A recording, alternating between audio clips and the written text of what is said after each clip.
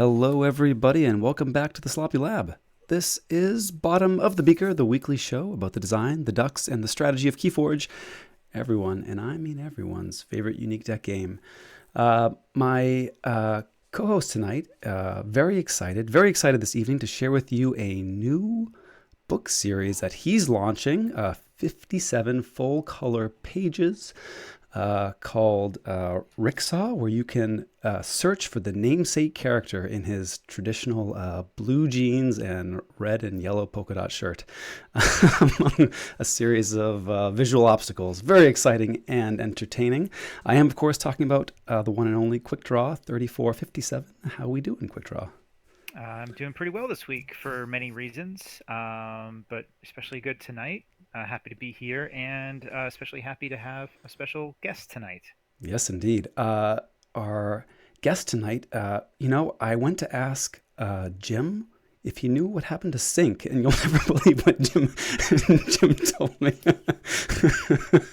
Well, maybe we'll ask our guest himself. How's it going to Dead Sync? I'll admit, I was looking forward to this, and I did not expect the sheer intensity of it. And I love it, though. It's great. I'm fantastic. Quick Draw JT. Thanks for having me on. I'm happy to chat all things, all things Keyforge. JT, I don't think I've ever seen you break that much on an intro before. Yeah, He just went for the jugular. I was like, Maybe right that's for what it. happened to Sync. Maybe that's what happened to Sync. I was thinking, Gosh. you know what? It's like one of us, quick draw, one of us took down a major event last weekend, and the other one has some ground to make up. Oh, yeah. Well, we are here to recap NEKO 1 Savage Clash event with Quick Draw and Dead Sync. And yeah, I'm very excited to be here talking about this wonderful event with both of you. Absolutely. Yeah, we'll share some stories. Now, DeadSync, you obviously were one of the organizers. You were the judge there as well. And by all accounts, it seemed like you guys, um, well, I know for a fact you guys ran everything absolutely perfectly. Like, it was one of the best in-person events I've ever been to in my life for any game. It was nearly flawless. Like, just had an amazing time, great location, amazing people. And before we get too deep into it, I want to make sure we give a shout out to everybody that Yes. participated in the organization of NECO One, and that list would be Fabulousing, JJ, Julie July, June, King of Bling, Mama DG, Metal Zoa, Striator, and then, of course, last but not least, yourself, Dead Sync. Yeah, I mean, I can't stress enough how much of a team effort this was. I mean, everyone came together in such a big way, and like you said, by all accounts, people seem to enjoy it. Maybe there's maybe there are some other accounts we can just not listen to them. No, I mean, I don't think there was any complaints. I literally heard zero complaints from anybody about how things went. um, that means a lot to me, and I know all of the organizers. I mean, we wanted this to be as good as possible. And when you do your first ever event for us of that magnitude, you always want to try to deliver the best possible experience. And I know we're not an official event in the sense that we're not qualifying for worlds or anything, but we know that people are spending their time and their money traveling to play. And obviously there's the social aspect, which makes the Keyforge community great, but also kind of, expect a tournament of high integrity that really kind of where we're positioned is at the start of the year before the season gets underway. So we kind of view that as that chance to kind of a preseason, if you will, kick the tires, shake off the old gingerbread cookie crumbs and get into the season. So again, it just means so much coming from you and from everyone who said positive things about the event, so thank you. You said it's kind of like a preseason type thing. There is like a large gap in events between KFC and the first Vault Tour, so I think this is an excellent time to do something like this. Um, it did feel like in December and January there was like this lull in Keyforge, and we had this to look forward to the very first day of February. So I think it's great timing. Some people were afraid of like a Northeast event in the winter, but we had good weather. I don't think there were really any travel issues that I had heard of. Yeah, we actually were kind of flirting with a little bit, and that's why we did the Dr. Garfield. It's debated whether or not he's a licensed meteorologist. And I should say, by the way, Dr. Garfield is our mascot, the cat. He has a name, and whether he's a licensed meteorologist or not, we don't know. But he put together a nice little weather travel report because we get that, and like we will. Yeah, there. Excellent There. visual aid. Showing a little Dr. Garfield on the stream right now. That is the risk we run, right, with this event this time of year. So, and obviously, like everybody's safety is like paramount to an event like this. So we wanted to make sure people were alert of, hey, you might run into this. We saw Friday there were going to be showers. That did happen. And on the way back, people heading back up north did hit some snow. I know we hit some snow on our drive back and kind of very carefully had to make our way back. But for all intents and purposes, yeah, we were very fortunate that it was not like a blizzard, So we, hopefully we'll continue a streak of boring weather events for, anything we do. So, yeah.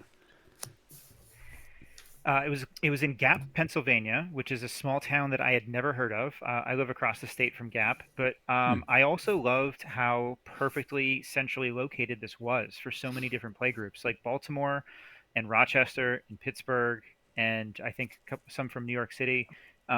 It was pretty centrally located for all of those places, and so while it seemed to be in the middle of nowhere, I actually kind of loved it, and it was really good, I think, for getting some more people in. It was what, a 4 hour or so ride for you, quick draw? It was about thereabouts? 4 hours for me. Yeah. Okay, not bad. Yeah, I was for a time living right outside. Well, I say right outside. I was working in Philadelphia, but probably an hour or so commute. So I think this would have been very close. Yeah, fun. I was. Yeah. Go ahead. I was just going to give a shout out to 6 Feet Under Games who hosted us. Like, yes, they were fantastic, great hosts, excellent supporters of Keyforge, and I believe you said that's Metal Zoa's local store. Is that right? Yeah, I believe so. Yeah, it's certainly he's closest to it at the very least. And yeah, they were fantastic. They opened up a little bit early for us to kind of get our stuff in and set up, and the space is wonderful, wonderful space. And along the same lines of thank yous, I also want to thank Ghost Galaxy because they were also very heavily involved in providing us with some materials, including we had the Discovery decks as prizes. We had some Grim Reminder Store Championship decks, as well as some other prizes and just kind of like general logistics support. So the Ghost Galaxy crew, thank you so much, especially Josh and Jeremy. You guys are fantastic, and really we couldn't have done what we did without their help. So kudos to them. Yeah, it's great for Ghost Galaxy to support these kind of events. Like, it's especially during that time of year we said was kind of the lull between the official OP. It's really awesome for them to support this and see a successful event like this. You mentioned Discovery. We're going to talk about that in a bit. You do have some cool Discovery stories for us, but we'll put a pin in that for now. We'll come back to that in a bit. I'm excited for the cool Discovery stories. I was jealously seeing the Discovery pictures from the kind of recap photos. So super cool, very cool. That was a lot of fun. So I think briefly, Jetsing, can you kind of talk about how this event came about? Like, how did the idea spawn and how long it took to kind of put this whole thing together? Yeah, so I was actually before this, I was looking back through Discord messages, the archives, if you will. And really the first message, and I think I don't want to leave anyone out, but I believe the genesis came from June, who said, she was like, hey, we should do a prime size event, roughly 30 people in this area. And I want to say that message was sometime in September. So it wasn't like a whole lot of lead time if you think about it. But that was kind of the genesis. And she was bringing people in. And, this whole started because, if you look at the maps that Ghost Galaxy has put out for Store Championships, for the Martian Civil War, there's a lot of pins, a lot of little amber pins or Mars head pins or whatever comes up next in this area of the country, right? Like the northeast part of the U.S. is very blessed to have a lot of archons, a lot of key forgers, a lot of people who are just enthusiastic about the game. And the thought behind it is, well, like, we should do something, because there happen to be so many of us here. And that led to, right, that kind of genesis idea led to kind of a larger Discord group, which I think became the Discord server, today, to start like actually planning this out, because it started with, again, just a few people. Again, June kind of like lighting the fuse, if you will. Is that the frame? Is that the saying? Lighting Oh, the fuse? I don't know. That's yeah, probably, that I don't works. know. We'll go with it. I'll go with it. So again, thank you to June for kind of like starting that off, and then a bunch of people got kind of pulled in, the people that Quick Draw you mentioned, and then we kind of just started going to town on all the logistics. And there's a lot, from what is this thing called, to what is the branding, to what is the promotional kind of strategy, to where are we doing this friggin' thing, where, how are people going to get here, like what are people going to want to do here, in forms of like the tournament format and side events, which we'll definitely touch on later because that was a very big hit. And it just kind of constant, it's so funny when I was speaking to the other EOs that weekend. I was joking because it kind of felt like it was like, oh, we're just chatting on the internet box, on Discord, and we're saying things like NEKO and posters and dates, and then it just feels very like disassociated, I guess, if you will. And then all of a sudden we show up and everyone else has shown up and is happening. And it's kind of like a whoa moment. And then when people, you could have told me that no one's going to come to the door, even though we knew we had the ticket sales. And when people started like actually showing up, I was like, oh, whoa, like people want to be here. That's awesome. That's so stinking awesome. So it was super rewarding. Yeah, and I know I kind of gloss over a lot of the specifics. I mean, a lot of it is kind of just like, again, it's just chatting in Discord over and over. But again, like, from like the website building, which like JJ did a heck of a lot, and like Metalzoa kind of handling all the store connections. Mammon and I talking about the tournament structure and kind of how that's being run. We use Playstyle, which was made some people nervous. Some of those people might have even been myself. Yeah.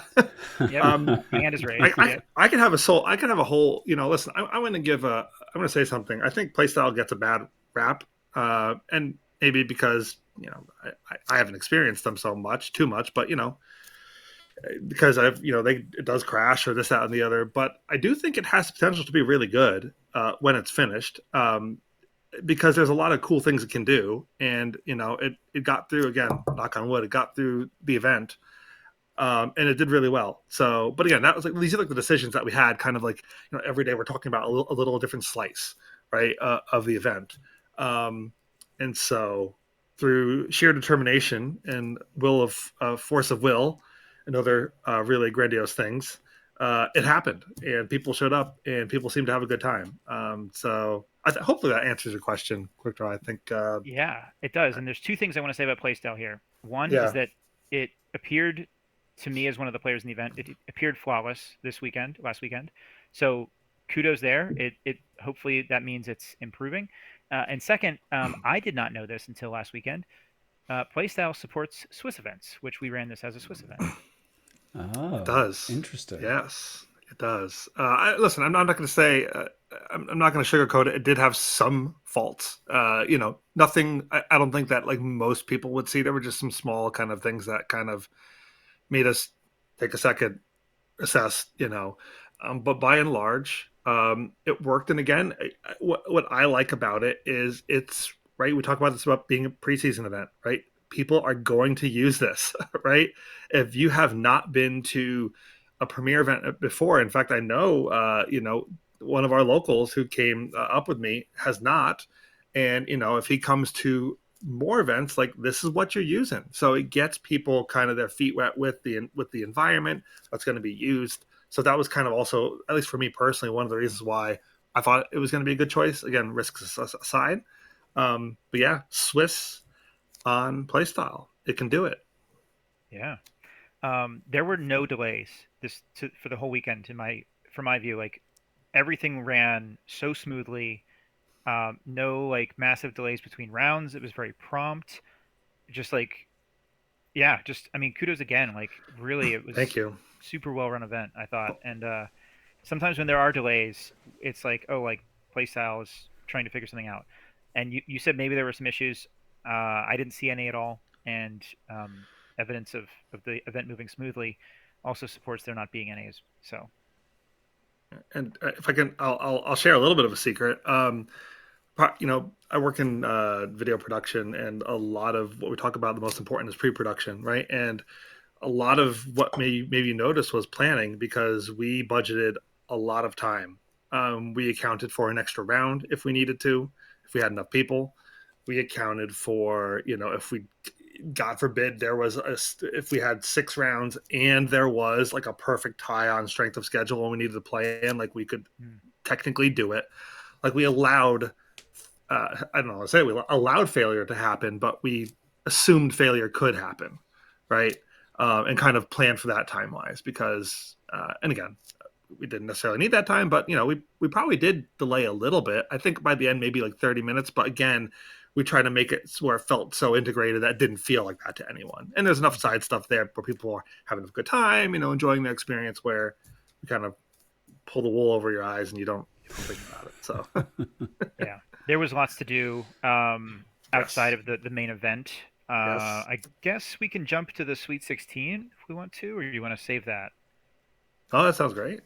So Fine with me. The Sweet 16 was the side event, I believe, designed by Fabulous Thing, if I'm not mistaken. Yes, she did such an awesome job. I don't want to cut you off, but I mean, I can't sing her praises enough. I mean, it, Yeah, it seemed like to be a big hit. But what do you think? What were you going to say? I loved it. I loved the Sweet 16. Basically, the Sweet 16 was a 4x4 bingo card with different formats listed in there, and she put in a really good mix of different formats that people like that are not usually played at Vault Tours. So there was a couple adaptive slots in there. There was a couple sealed slots in there. There was a triad slot in there.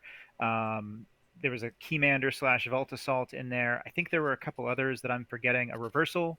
Um, and basically, like everyone got these in different configurations. And you're just trying to make a bingo, and to do that, you just have to find other players who want to play the different format that you want to play as well. And you Mm. guys had some sign up sheets to kind of facilitate that if someone wanted some help looking for opponents. But it was tremendous because like I had so much fun coming up with like 15 to 20 decks to bring with me that weren't Mm. just like, oh, these are my 15 strongest decks. Let's just bring these. And I love that about it. I brought a nice variety of things. I got to play a really good variety of the Sweet 16 stuff and just had a blast with it. It was a super well run event and a really cool side event to run that is not really like attached to the main event via like Second Amber or something like that. It was totally independent. And I think everyone had a ton of fun with it. So I was going to ask you, quick draw. How many decks did you bring? You bring in total? Like you said, 15 to 20. You think you actually brought Yeah, 15 to 20? Yeah. I And did. I did bring about 15 to 20. Yeah. how many of those decks did you end up playing with? I'd have to count. I want to say like 6 to 8. Okay. Okay. Because I was going I to say played quite a bit of sealed. I usually bring like 12, 15 decks and I play one of them over the course of the Yeah. weekend. So like you're doing pretty well actually, like really well. Yeah. I thought you were going to ask how many of them had Whirlpool, but Well, that's a very valid question it's a too. How many? given. I think the answer to that question is one, Oh, and I did not Trash play it. Man?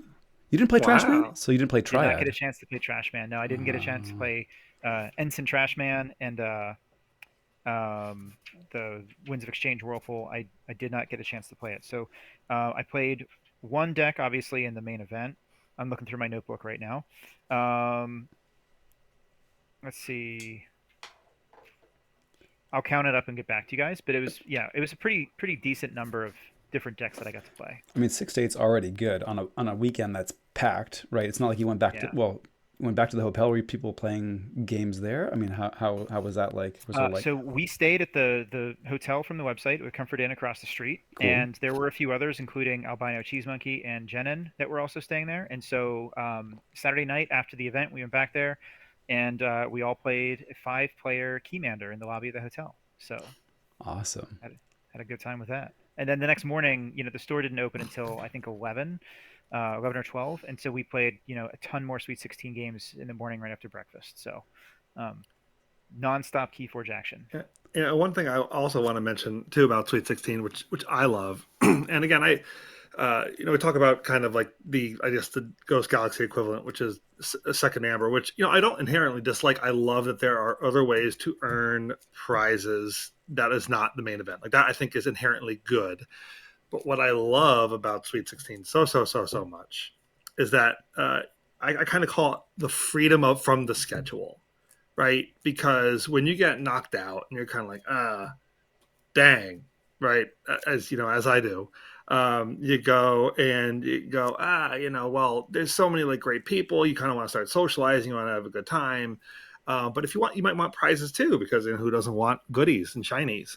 And if you do second amber to do that, you are back on the clock, right? You're back on the phone check. What are they pairing up? You can't really get too loose. You can't get too relaxed because you never know when the bell's going to ring and you have to go off and play. But with this, there's none of that, right? And I absolutely love that. It's just kind of you can hang, you can chill, you can use the bathroom and not feel rushed. You can go get a snack. You can, do whatever. And then, hey, you want to play a game? Yeah, sure, cool. And it's very free flowing from there. So, you know, that's the one thing. Like if I had like one thing, I would say that I would love to see kind of translate to whether it's called second amber or not, just kind of like premier events is that sort of like freedom from the bracket, right? Freedom from play style, because at the end of the day, you're getting people playing matches, and it's not like with second amber, you're not really like advancing towards like a winner. I mean, maybe you could. It is a separate bracket. You could have a winner of the tournament,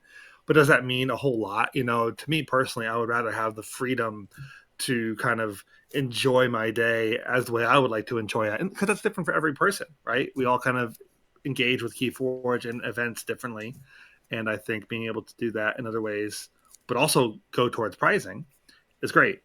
So that's my thought. I love that like that freedom from the scheduling, like you say. That's a really good observation. Something I didn't think of in the moment, but it's totally true, and I really like that about it. Um, and then the prizes for second am or for I'm still saying second am for Sweet 16 was like the raffle tickets, and the way that you guys put the raffle tickets together, I thought just like blended perfectly. So it was everyone gets a ticket for playing. If you win a game, whether it's Sweet 16 or main event, you get an extra ticket, and then you can redeem those tickets for things from the prize wall. And then after you redeem them, those tickets that you use to redeem them are entered into a raffle. And so there was another raffle at the end. So in addition to like picking out what you wanted from the prize table, there was still a raffle for another chance to win something randomly done. I thought it was super well done, kept everyone engaged. Just yeah, really really cool way to utilize those tickets and still give prizes to as many people as possible. And again, that's all Fab. She did such a great job. Like I look back at the event, and that was obviously the main tournament was great too. Don't get me wrong, but again, it was if you think about it, I mean, for a lot of people, and I know we didn't do 2LO, but assuming a 2LO environment, the everything else is what most people experience, right? Only some of us get to be the quick draws of NEKO, which I guess we haven't. I don't want to bury the lead here, but congratulations to you. I heard you had a good run. I had. You want to talk about that, maybe? I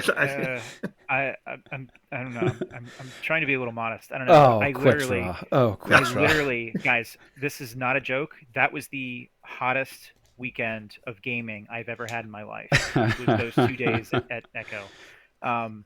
I was I was 8-0 in the main event. And then I won, I think, all but one of my second Amber or my Sweet 16 games. Like every single game I played, my deck was just like blessing me. It was just, I even played a reversal game. Like the most ridiculous game I played was a reversal game against my friend and local Stripe Sada, who he handed me an AOA deck that he had just opened with June, and June said the deck was terrible and didn't do anything, and she like couldn't do anything with it. And he's like, yeah, this is reversal. I'll just play with this. And he hands it to me, and I get my opening draw, and I play Tezmal turn 1. And then turn 2, I play a Brainstem Antenna, a Skybooster Squadron, Balls. and a Vesna Think Drone, and I lock them out of 2 houses. And then I draw like 2 cards from deck, and there's another Skybooster Squadron in there. And I had the full Tezmal Brainstem lockout on turn 3 with a reversal deck. And it just like that is really like the perfect summation of the weekend for me. Everything came like just absolutely perfect for me.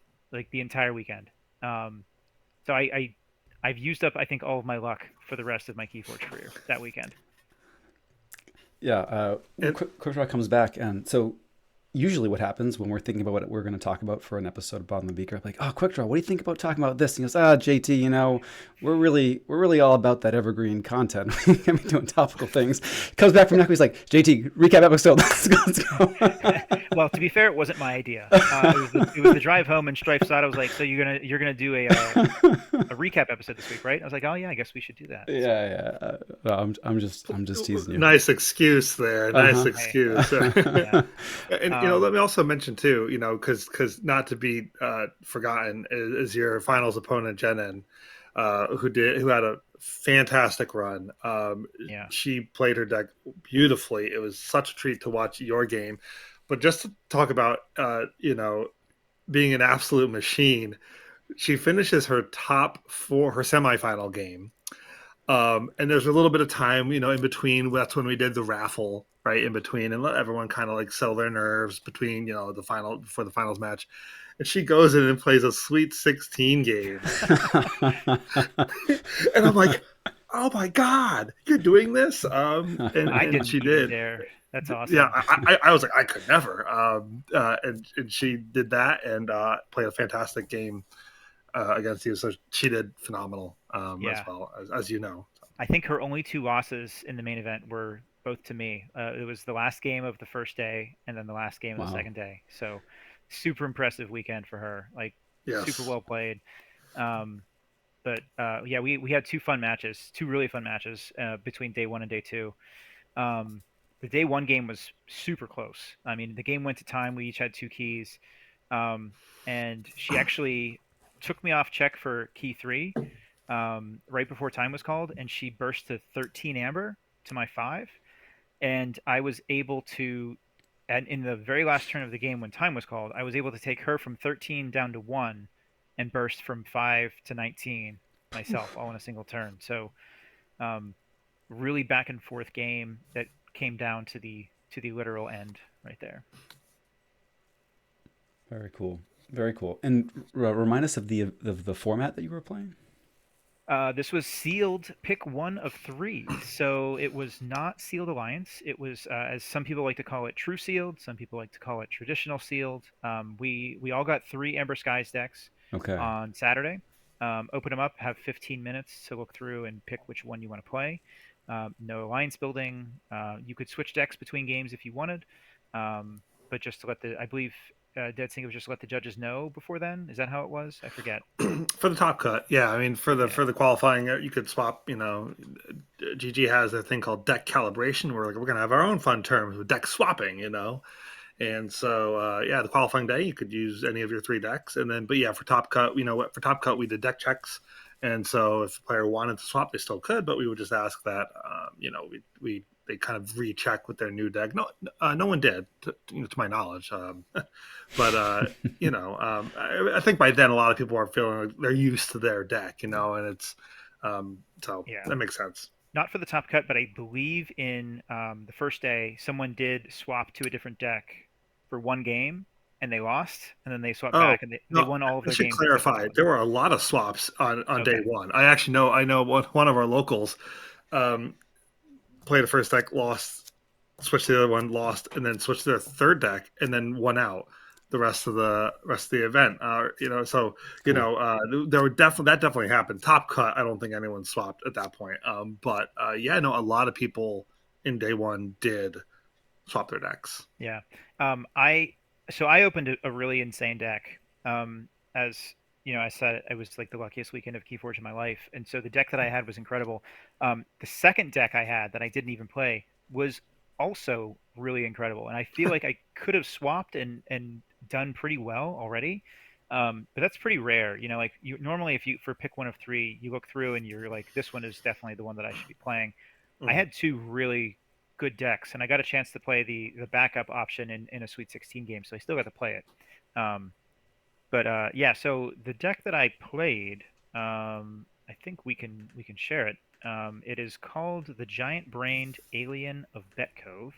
I will drop it in the Twitch chat, and we will drop it in the show notes as well. Mm. Hmm. Um, What a It great is name too. it is a really cool Wow. name, the giant-brained alien of Bet Cove. So it is an Equidon Geistoid Skyborn deck. It is a shard deck. So I have the Shard of Change, the Shard of Resurgence, and the Shard of Courage. And we won't go through all of them, but the Shard of Resurgence is worth reading because the Shard of Resurgence is the real engine in this deck. It's a Mhm. Geistoid artifact. It's an item and a shard. It says action, archive a card from your discard pile for each friendly shard. So this card is already insanely good as it is. And I, of course, opened one with a Skyborn enhancement on it. So I could use this shard and archive 2 or 3 cards every time I call Geistoid or Skyborn from my discard pile. So that's just insanely lucky placement. And it was only one house enhancement in the entire deck, and it landed right on that shard. Um, but also in Geistoid, it has a Veil of Ectoplasm and Crepuscular Rays, which is essentially a combo to steal 6 to 7 each turn, and then the shard lets me archive it immediately and do it again. There was 2 in here somewheres, just in case that wasn't enough. And then the Skyborn is the part where it kind of like really sets the deck off because the Skyborn has a red line rotation, which is the one that steals half their amber if they have 7 or more, and against all flags, which steals 2 if there's 2 flank creatures of the same house. And so again, because I had that Skyborn enhanced Shard of Resurgence, I was able to call Skyborn, play the red line, play the against all flags, and immediately archive them to play them the next turn. Um, to be quite frank, it is extremely unfair. And to open this in a sealed event um, is like I don't like what else can you ask for? This is like something you would think to make in an alliance, and I got it in a sealed pick 1 of 3. I think I said that too, like verbatim. After the finals match, I was there sitting by the side, and I was like, "Oh, joking, like nice alliance." They brought because it really, like obviously there's there's some things that other alliance decks might do better, but as far as like it almost feels like you go, "Oh, I want the Skyborn shard, and I also want I want the shards, and I want a Skyborn pod with the greatest hits, red line." Against all flags, right? And I want to start a resurgence, and I wanted to have a Skyborn pip, so I could do exactly that. It's just like that was just so cool to Yeah. see. And what I actually really enjoyed was, especially towards the end, once I started seeing more of your matches specifically as we got deeper into the top cut, is watching and seeing what Shard of Resurgence, because it was very contextual, I thought, and it was very cool to watch. Yeah, yeah, and it was a lot of fun to learn. Like what the first couple games, I believe June is going to have the VOD of my first game on her channel in the next week or 2, I hope. And there was definitely like some getting to know the deck, like Mm. there always is. As powerful as the deck is, I still needed to kind of learn what it was trying to do, what it was capable of doing, what it could handle whenever the opponent, was putting out like a big board or something like that. And so I did kind of I learned some lessons the first few games and felt much more comfortable with it by day 2 with it. So Yeah, not to go. I mean, it's 2 very high-profile combos, but I mean, Shard of Courage does a lot of work as well in here too. You've got a couple of raiding parties, so those raiding parties can come down, fight right away, and get some steals yeah, in. yeah. Super cool, super There cool. was actually a ruling that I had asked Dead Sync on about that just to confirm, and that was, can I use the Shard of Courage? I'll read the Shard of Courage for everyone right now. So the Shard of Courage is the Skyborn artifact action for each friendly shard. Ready and fight Ah, with the friendly creature. I know where this is Resolve these going. fights one at a time. Can Yeah. you use the So same I do have creature, right? exactly. Can I use the same creature? Because I've got these raiding parties. If I only have one of them, can I use the Shard of Courage to ready and fight with that raiding party multiple times? And the answer is yes. And I actually had in that first game against Gen N, I referenced that last turn when I stole 12. I actually used the raiding party to fight 3 times in that turn, and I stole 4 amber before it died. So, um, yeah, that's another one of those things in that deck, like that raiding party with an amber enhancement on it, that is just like couldn't have asked for a better complement to the shards. So just to paint the full picture, right? You've got 3 shards down. You get a chance to archive on a Skyborn turn, red line rotation against all flags, and potentially a raiding party. And your subsequent turn, you steal half, if assuming they've gone above 7. Otherwise, you're taking them off check anyway. You get 9 against all flag steals, and then maybe 3 raiding party fights. Holy Yeah. moly! Yeah. And if I Wow. want to take a break and go to Geistoid, I can use the um, Veil of Ectoplasm and Crepuscular Rays to Hmm. capture everything onto a creature, destroy the creature, and take all the amber into my pool. So Right. if they have like 5 amber, maybe 6 amber, and Redline's not going to do it for me, Geistoid can take all of that amber away from them and pretty much loop that every single turn of the game from that point on. Right, and you get 3 archives with the full suite of shards out. So you'll get the Veil, the Rays, and potentially a creature as well, Yeah, just in case exactly. they're Yeah. they're chipping them down. That was what I was Jeez. learning as the event went on. It's like I have to make sure that I always keep a Geistoid creature handy, Mm-hmm. because if I this is not a very creature centric deck. It doesn't really care about having a board, and so I always had to make sure. I sometimes held a Geistoid creature just to make sure that I had one when I needed it. So that was kind of a cool thing to learn. I thought the Shard of Change, the Equidon one, was the most interesting as far as gameplay goes. The Shard of Change is the Equidon shard. It says for each friendly shard you may swap a card from your hand with a card of the same type in your discard pile. I had a lot of fun learning this one, where sometimes I would want to pull back a bunch of Equidon cards for trade secrets. Sometimes I would want to pull back a Geistoid creature for that play that I just talked about. Sometimes I'd want to pull back a de-escalation just to Mm. handle the board real quick. Sometimes I'd pull back a transparency report to gain an extra 2 amber. So all kinds of things that were very interesting with this shard. I thought the decision tree was much bigger for this one. I Yeah, have a and question for you. Oh, cool. sorry. Did you ever lose your shard of resurgence at any point, like having it purged or just kind of Um, inaccessible? yeah, you know the answer to that question, because there was another fascinating rules question that came of this. I was playing against King of Bling in the first day, and this was easily the tightest game that I played all weekend. And King Hmm. of Bling was playing a deck with 25 bonus amber in that deck, just total rush. And he had a Freedom to Be as well for the key cheat in Okay. Skyborn. So he went out ahead early against me, 1-0. I managed to forge, couldn't find any of my shards really, and then he burst up to 8 amber just when I had the red line, and he played a Freedom to Be to forge. So like again, my red line had no value. And then I finally found my shard of resurgence with the Skyborn enhancement on it, and he plays a Equidon creature, Vendor Hiertula, which is Equidon. After Reap, you may destroy Vendor Hiertula. If you do, take control of an enemy artifact. While under your control, it belongs to House Equidon. So I only had that one shard out, and he stole it. He stole my best shard. I couldn't handle his creature. He took it, and he and I were talking. And we said, like, hey, does it still have the House enhancement on it? Because the vendor says it belongs to House Equidon. Does that just replace the Geistoid, Oh, or does it interesting. also replace the House enhancement? And he and I both thought like, it's probably still the house enhancement's still probably good. But I was like, let's just check just to make sure. And so we called you over Dead Sync and we asked, and you actually knew the answer to the question. So JT, what is? I don't know if I've given away the answer already, but um, I mean, what is your interpretation there? by like the theory of storytelling, I'm gonna say the answer is probably that it loses its skybornness or its enhancementness. I would have bet if you had asked me and I had nothing else, no other context, that it still keeps that enhancement. But usually, what now that I'm thinking for reasons why that might not be right. Usually, when you see an effect like this, it'll say in addition to its other houses, and that is not present. So I could see a case. I could see a case. Um, now, yeah, I see Dead Sync nodding. So that feels like that's where we landed on. Though, here's Yeah. my question to you, Dead Sync.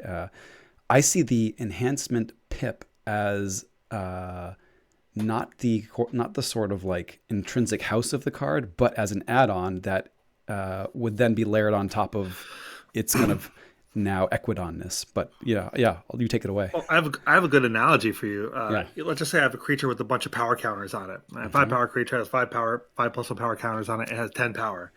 If I use the Pale Star to set its power to 1, it is not 1+5. It is 1. It is saying is effectively this creature's power cannot be anything other than one.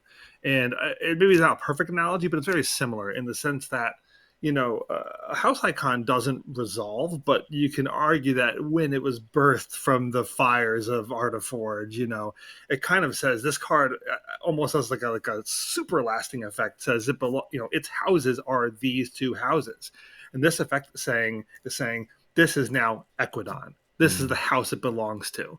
And it essentially is a new lasting effect that is, in a way, restrictive, not really meant to be. But you hit the nail on the head as far as that extra text of, in addition to its other houses, which would then say, hey, it's additive too.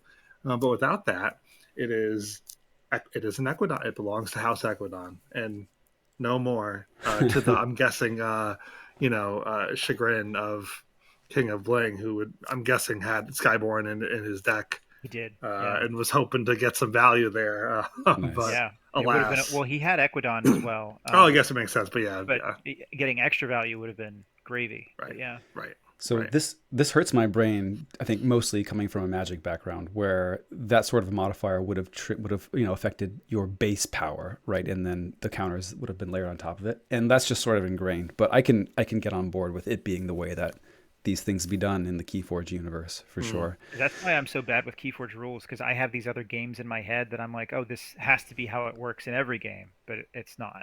Yeah, so this is almost more of like a reminder as opposed to like a I don't know, a counter or modifier. It's like, hey, just so you know, in its natural state, this card is a Skyborn and Geistoid card. There's another enhancement, I think.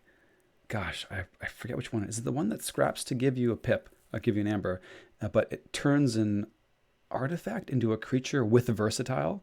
Is that the one I'm thinking of? And there was some animating force. And there was some debate for a while about whether the text box that was there before is blanked, because now it's just a thing with versatile. That's a text box, not in addition. I was heavily involved in these fun conversations, because the tricky part is, I mean, listen, the ruling is that it is effectively gaining. It is additive. But the tricky part about that card in particular is oftentimes additive to text boxes says something gains the text, right? Or gains, right? Gains is the magic word, right? If it's gaining something, it's adding it. Whereas I would make the argument that if something says, this is a card, quote, with the text, that is essentially replacing the text box. Now, keep in mind, none of this is codified. Part of this is kind of just my own internalization of things. Now, Animating Force says neither of those things. It says with versatile. Well, what does that mean? Is it short for with the text, or is it shorthand for and gains versatile? Again, the ruling that's been done at premier events, and listen, there's no right or wrong here, is that it is gaining that text. But that definitely comes up a lot. And here's a good point. Maybe the way I look at it is I almost look at it like metadata.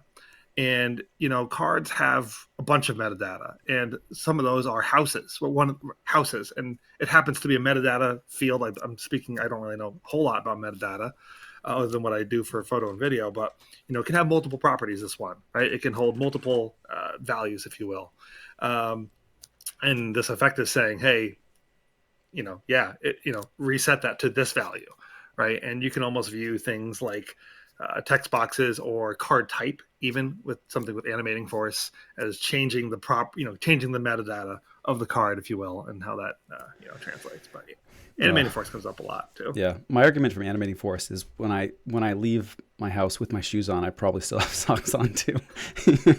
I don't know, but yeah, I don't know. It's an interesting one. It's an interesting gray area. Like what's a reminder? What's a modifier? Yeah, in the chat we're like, what's the standard for manipulating pips? Things that care about pips. So if you mind fire that card out of your hand, that shard out of your hand, like that's a steal. It's a pip certainly, but it's also I guess intrinsically part of the house identity of the card. It's interesting. Yeah, that's interesting. That's good. What was the weirdest rules question you got then on the weekend? That was probably one of the deeper cuts. So I could say a funny story is that first round, maybe 5 minutes have gone by, and I turn to Fab and I go, Hey, what's the over under you think on me going to de-animator calls? Because that's like the kind of like the ha-ha of the set for judges, right? Is Yeah. like de-animator, and rightfully so. I love the card, like I love the fun factor it provides, but yeah, it just opens up a bunch of funny scenarios. And literally, I kid you not, I think I said my over under, and I think I was being brave. I'm like, it's gonna be exactly the over under. I think I said like 3 or something or 4. And 5 seconds after that, Draz turns to me and goes, "Hey, I have a question about de-animator." And I turn to Fab and I go, "I'm already losing this over under."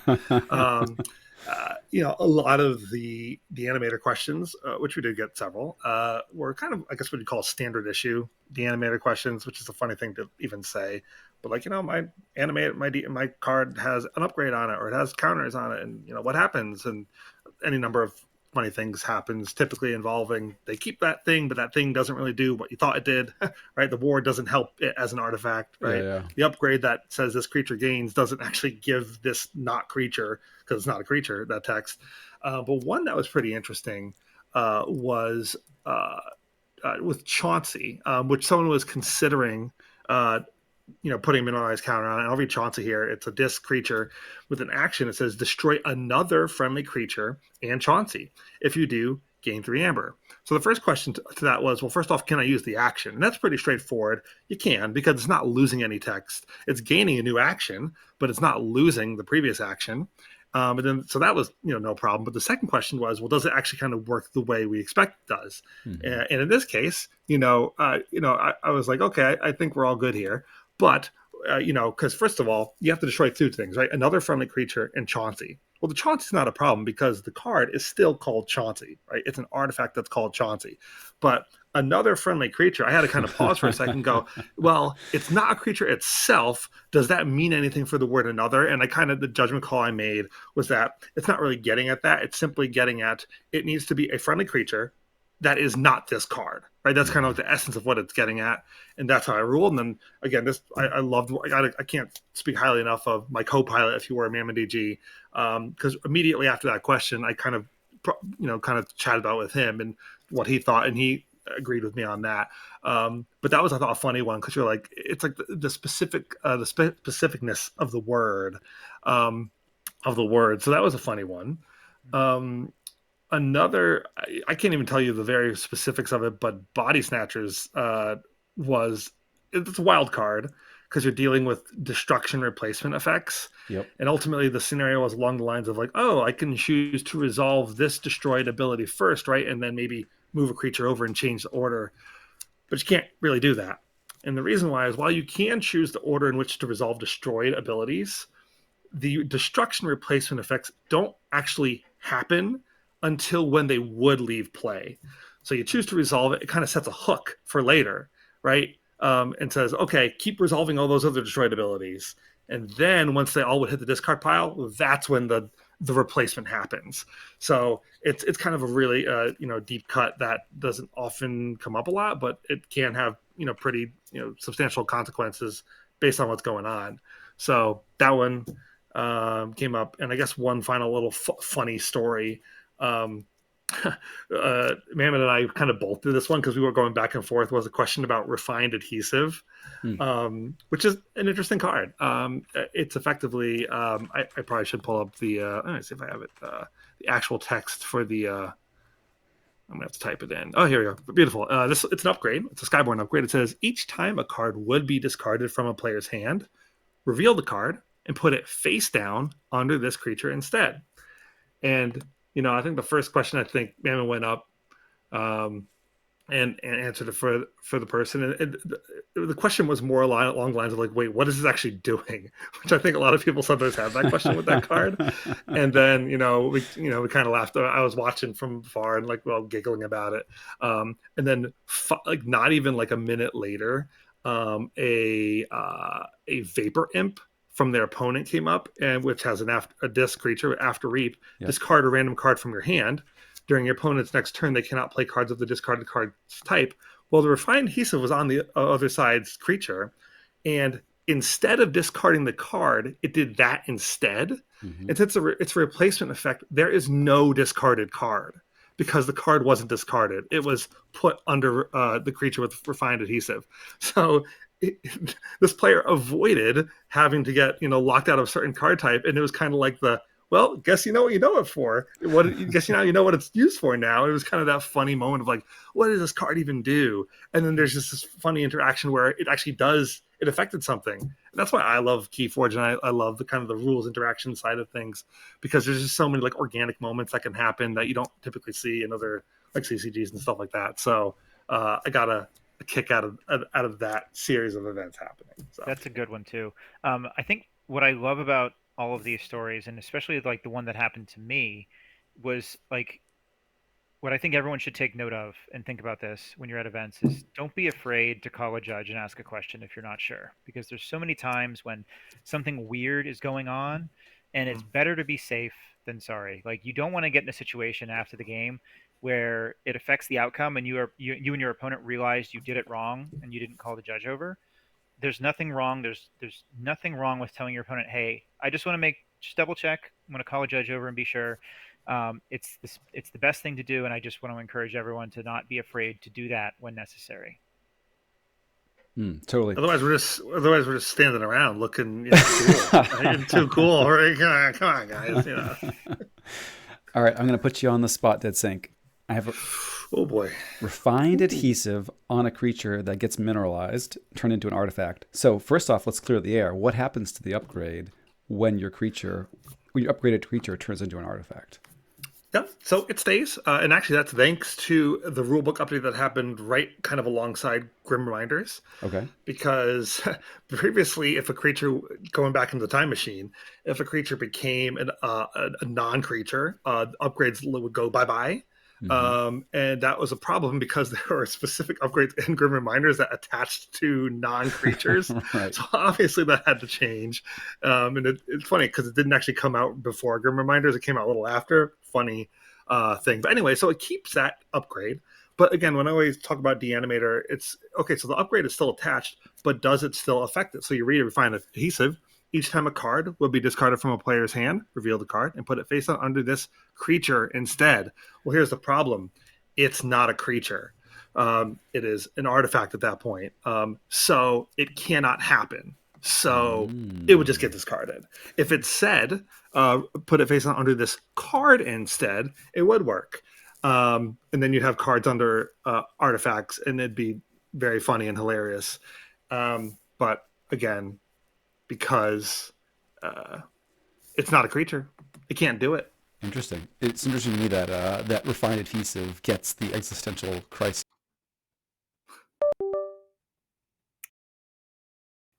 Less so. I think we lost JT's audio and we lost the recording. So oh no!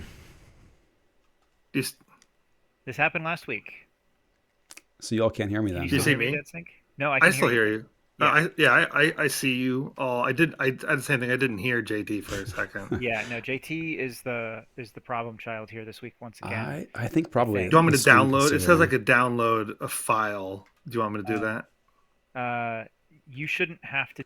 All right, stream folks. Sorry, I muted those guys. They're talking away. Yeah, you still have me on stream. I know. They don't know that they can be heard by you, so I've muted them. And I'm going to refresh my stream in 1 sec. So hang tight there for 1 second, folks. And we'll be back with you. You know, we've had a couple hiccups from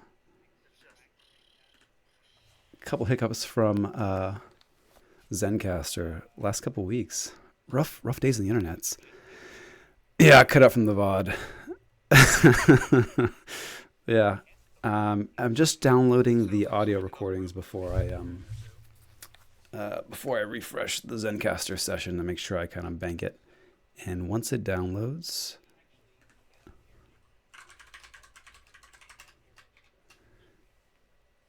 enjoy editing.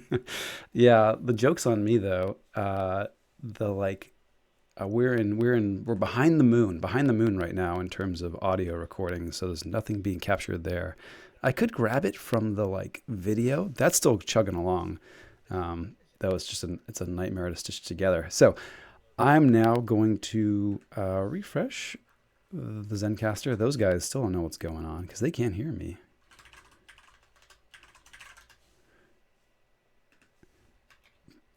they're screaming at their microphones right now.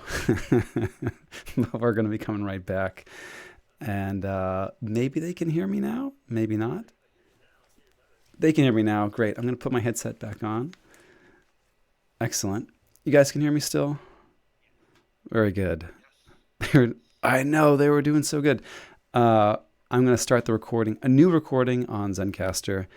You all are muted on the stream. We were still live on the stream throughout. But I'm going to start a new recording on Zencastr. And then we'll pick up. So, oh no. Oh no. I wonder if I have like a faulty wire or something somewhere. Huh.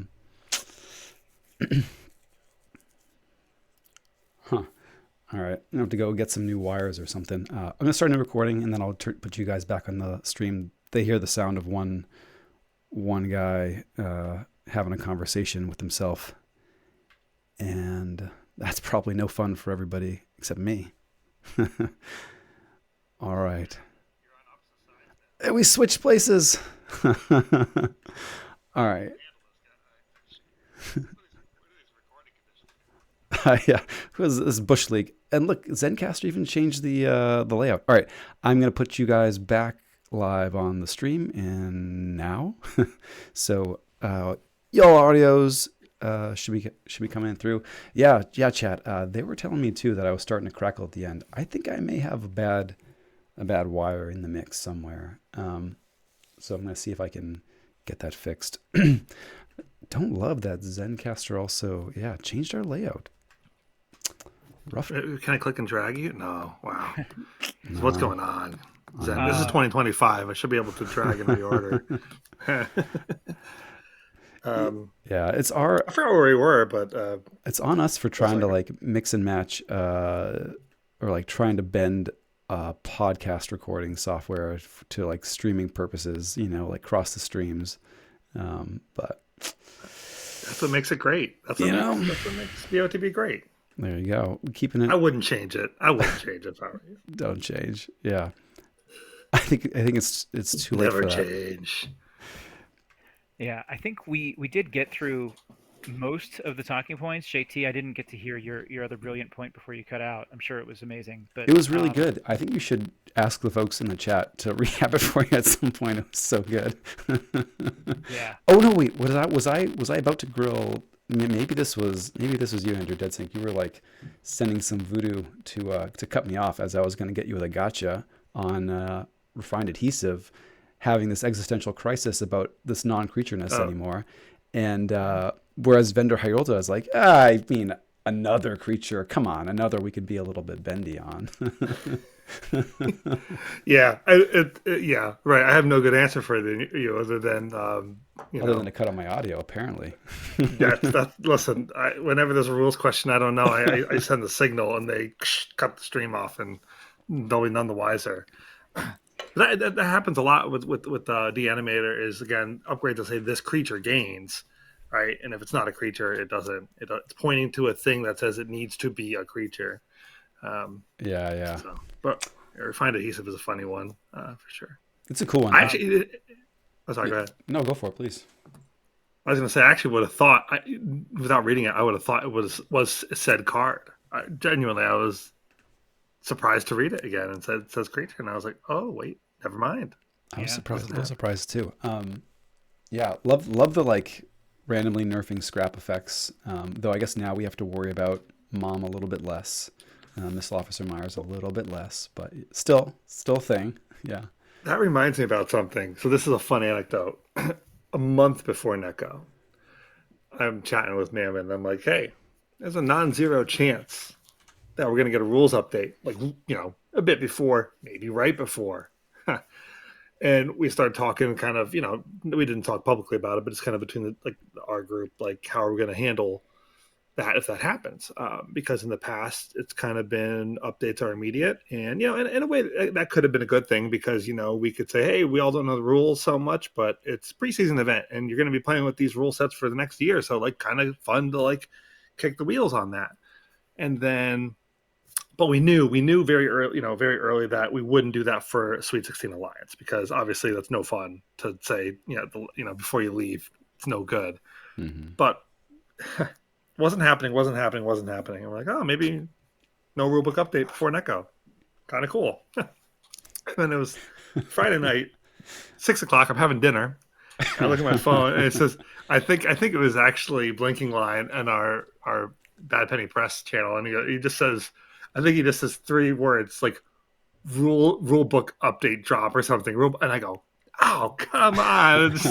I'm like, I have to eat dinner. I'll do it later. I'll scan through it. I said like, oh, maybe we'll adopt it, but what Ghost Galaxy did this time, which was helped us out, is they added a legality clause, which kind of adds a 14-day buffer. So we could just kind of make it even easier and simplify it and say, hey, 14 days, 1 day till NEKO, not going to adopt it, So that was a nice surprise, but just my kind of heart pounding was like, oh my God, we're going to have to figure out, all this. So it was a funny They moment. do tend to drop the biggest news items Fridays at 5 p.m. Yeah. Yep. And sometimes multiples, That's true. Yeah, heading out for the weekend. Bye, enjoy. Yeah. I like it. It's like doing a release production on Friday afternoon, right? No, JT? never. Best way to ruin a weekend. Yeah. If you're not doing it all the time, don't do it that time. Yeah.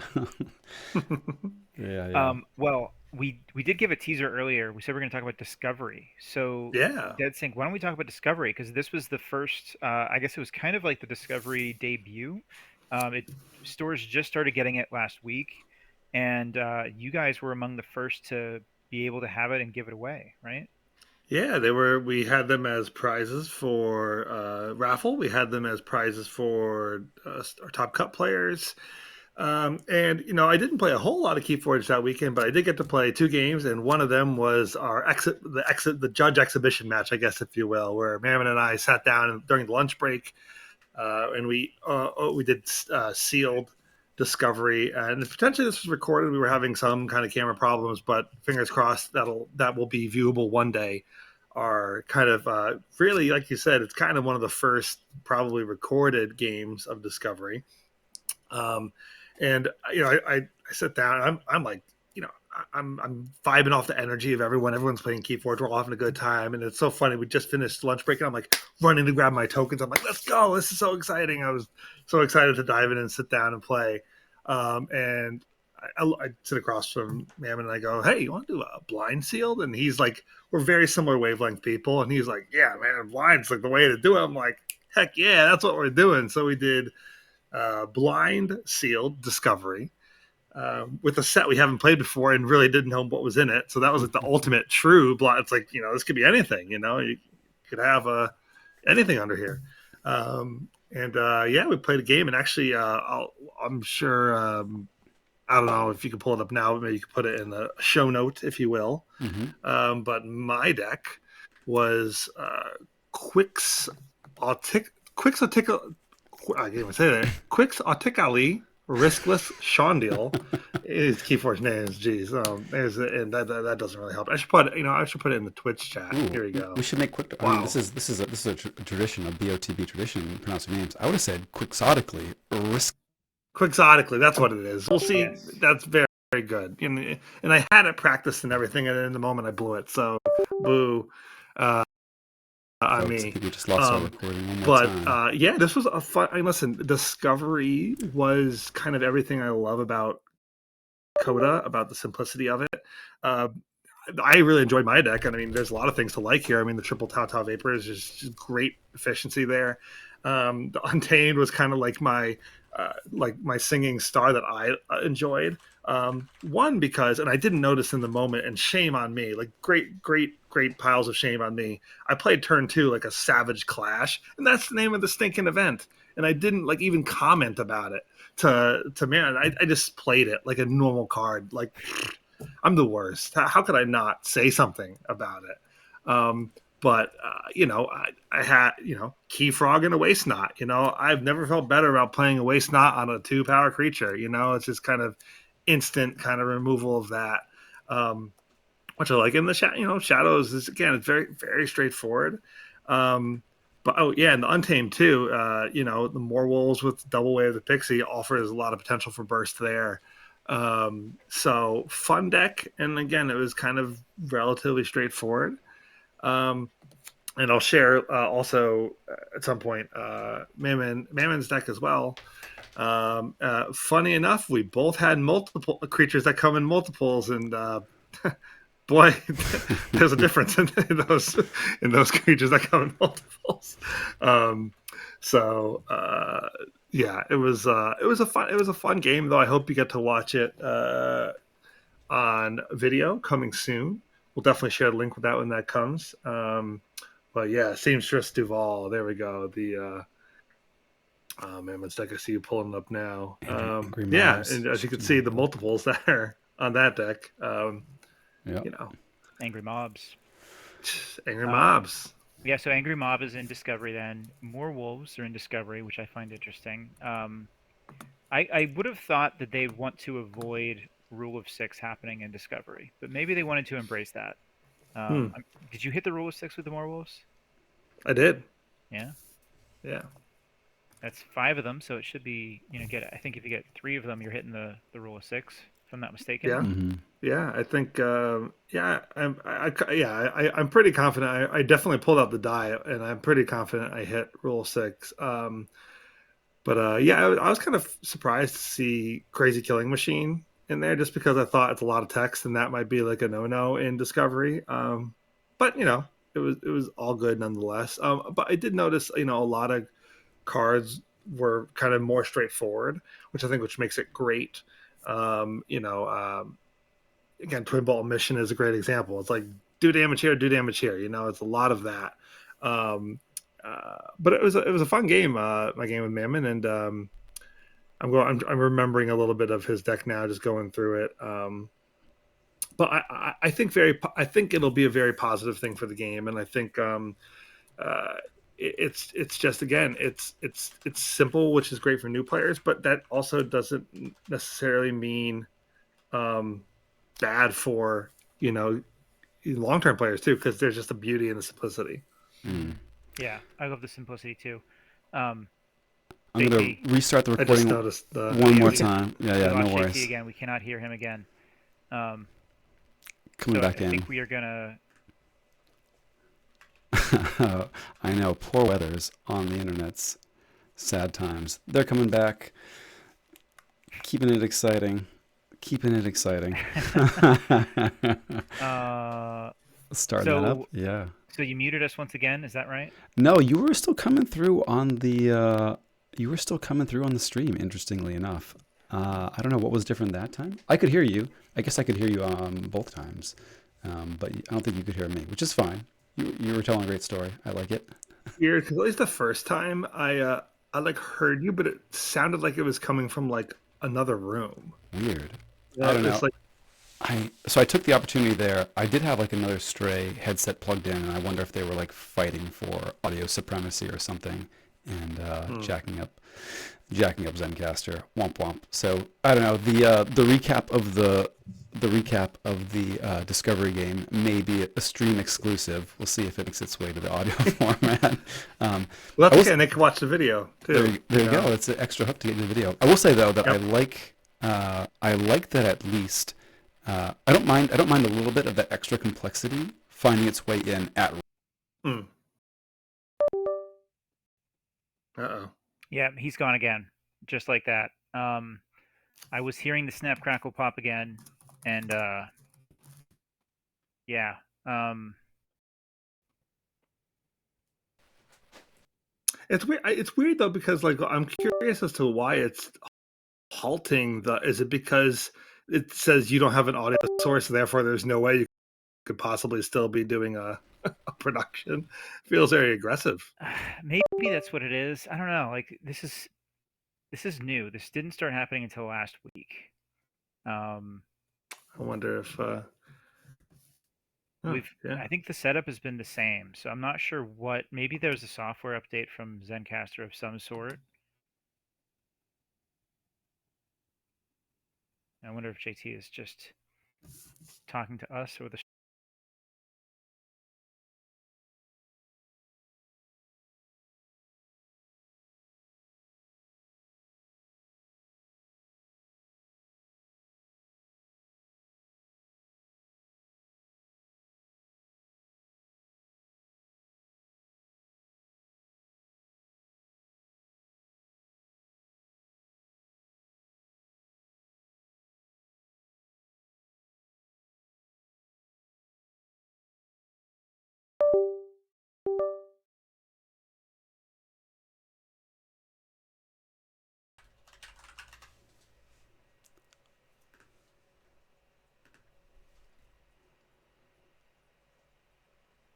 Okay. Back there. Gosh, All right. this is rough, guys. Sorry. Yeah. Jeez. I don't hear the Um, crackling now though, so I mean, whatever you Yeah. did. There's I didn't a hear the. I think I was gonna there's a note say. from the chat. Clog and say it's power. I think it is related to power to my audio or my audio intake there, which is frustrating, but very likely the case. So maybe bad connection because it's supposed to be passive power from the laptop from the computer here. So I think it may just be getting cut off intermittently. Yeah. Well, Discovery fun. Discovery fun. I it's mean, that's fun. it was a lot of fun. I enjoyed my game with Mammon. Stay tuned for potentially a video of our game. Yeah, I think it'll be very positive for the game, and I'm genuinely excited to just play it as a player who's been playing for a little while now. Still, it's fun. Yeah, I got two Discovery decks over the weekend and haven't opened them yet. I'm kind of waiting to play them sealed. Um, may bring them to my LGS this week. We'll see. Hmm. But I didn't want to just crack them open, even though it is a new set. It's so exciting. It's like So you want to see it, tempting. but sealed is the right way to play it. So I'm trying to hold off. Cool. Well, at the risk of angering our Zencaster gods, I may try one more recording. We'll get a note from our sponsors in there, and then maybe we'll switch gears and play a game. Does that sound pretty good? That sounds good. Yeah. Unless there are any other big notes that we wanted to make sure we lay down some track on. We can see if things hold together, if the ship holds together. But first, let me cut over to that recording, and yeah, we'll see if we want to switch there. Cut. Yeah, cut. All right, new recording starting. Here we go. 3, 2, 1, and hold your breath. We'll see if it keeps going. If it keeps going. Yeah. Any other notes we want to get to? Make sure we get to before we transition. Not for me. I'll just say thank you again to everyone. And again, what was so impressive to me, and not that I didn't even expect it, but just kind of like the spirit of everyone coming in, and just kind of like the geez, what's the phrase I'm trying to looking for? Just like the ultimate like kindness and respect everyone held for each other and for the game. You know, I think Mammon posted and said it perfectly on our Discord is we only really had to worry about the rules questions themselves, which you can't ask for anything more in a game, in a community. And it just speaks volumes about how, you know, we always say that the Keyforge community is the best. And, you know, it continues to prove itself again and again to me.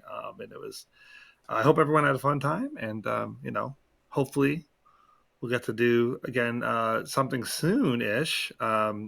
Soonish, it's such a silly thing to say. In the future, probably not soon, but in the future. And also, if you attended NEKO, please check out our Discord server where we have a survey about your experience, and you could tell us all the things. Yeah, oh yeah, well, of course, this is the most important part, by the way, too.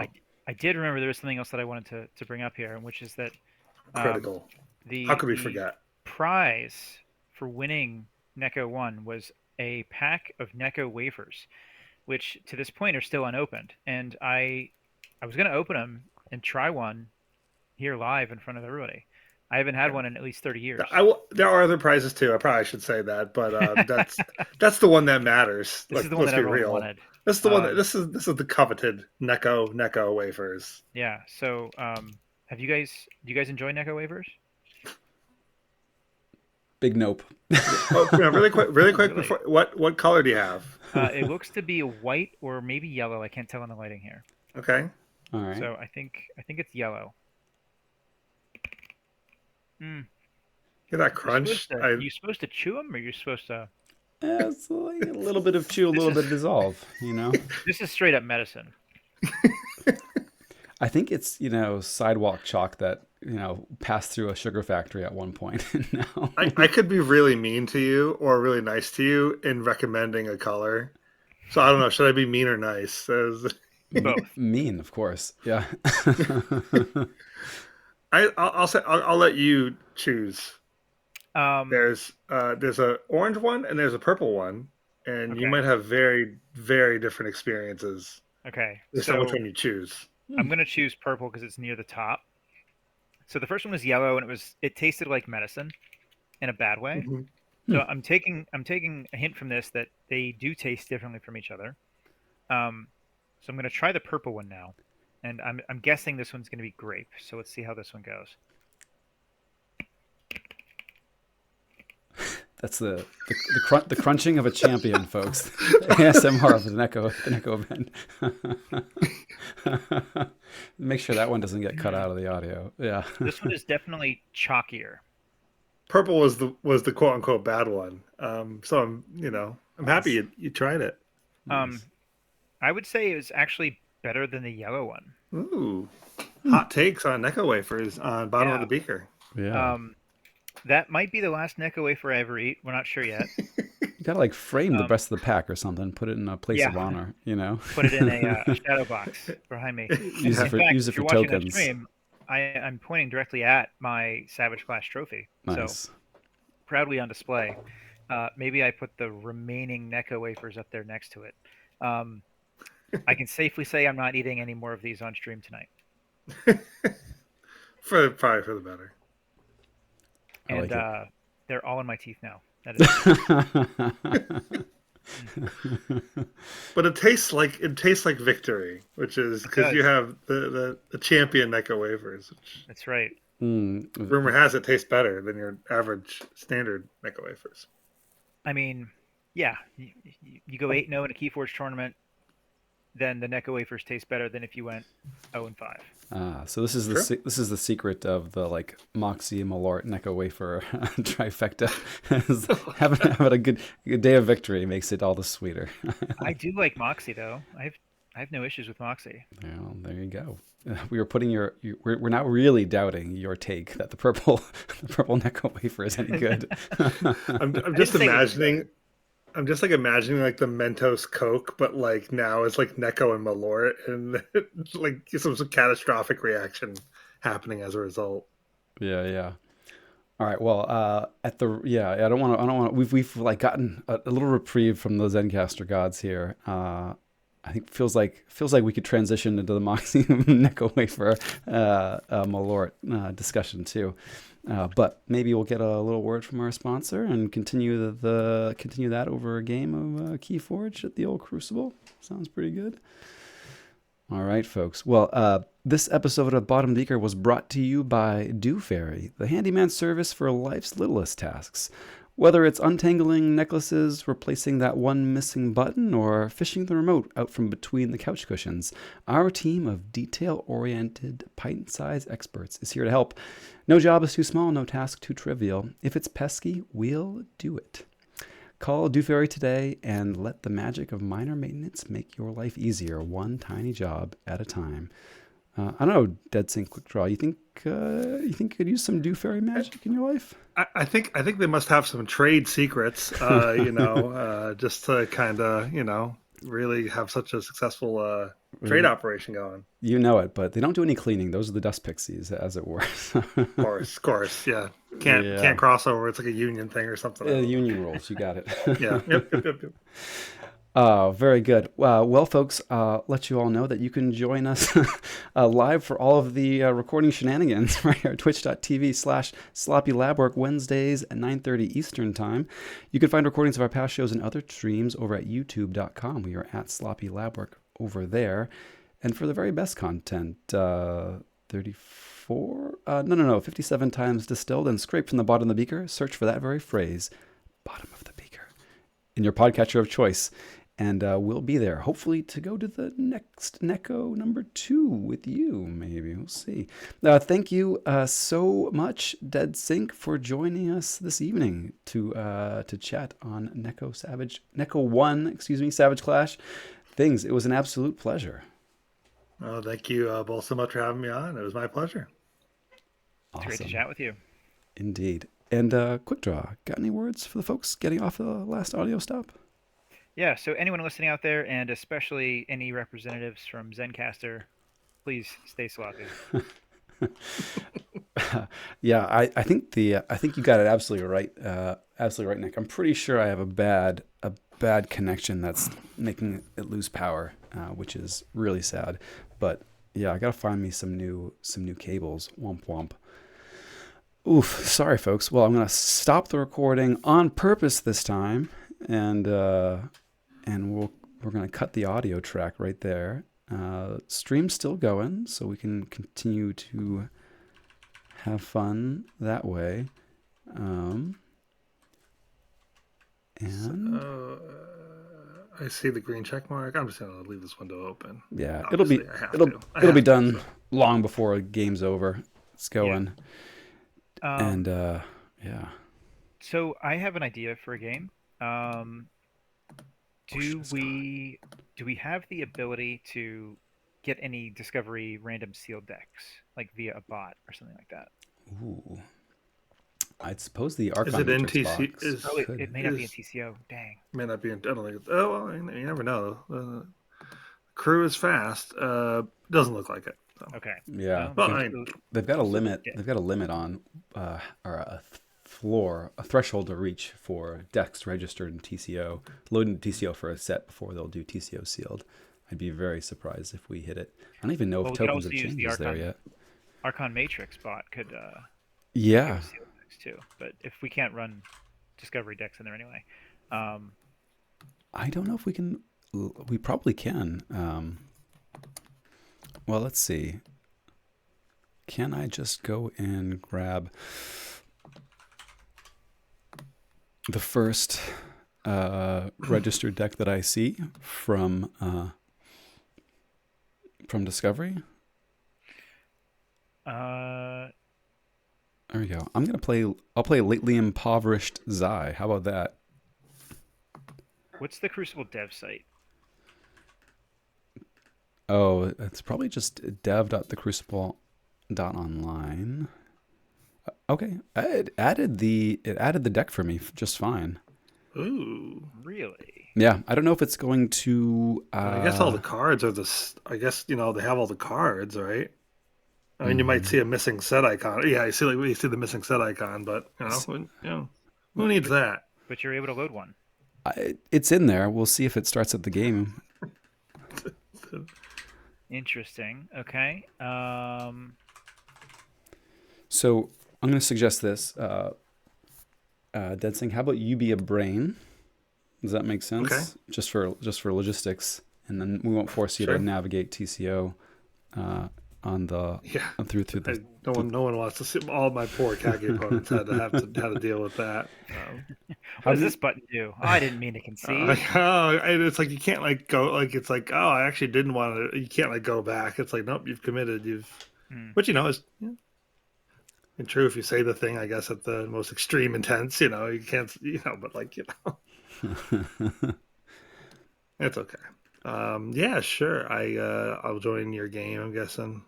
So you're gonna watch as the brain. Oh, okay, watch. I hit watch. Yeah, and I'm gonna join. Do you have hands open, JT? I don't, but there's an expansion filter when TCO goes to let me choose a deck, and that is removing the Discovery deck as an option for me. So I don't actually have it listed as an option to load into the game. It's in TCO, but I don't have it as an option to choose to play. Womp womp. So, no Discovery for us tonight. So, what do you guys think we should do instead? You want to pick a couple decks? Maybe DeadSync, if you have maybe your favorite deck of yours, I'd be happy to play that one, and you tell me which house to call every turn. For adaptive. Yeah, adaptive best of one. I could share a deck I've been using for adaptive, which is, I wouldn't necessarily call it a favorite, but I guess I know it a little bit. I mean, and JT, remind me with the hand and brain, does the brain do the bidding? Brain does the bidding. Yeah. Okay. Cool.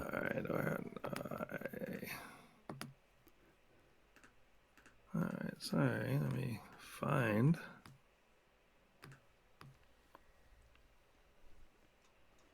Grab some favorites.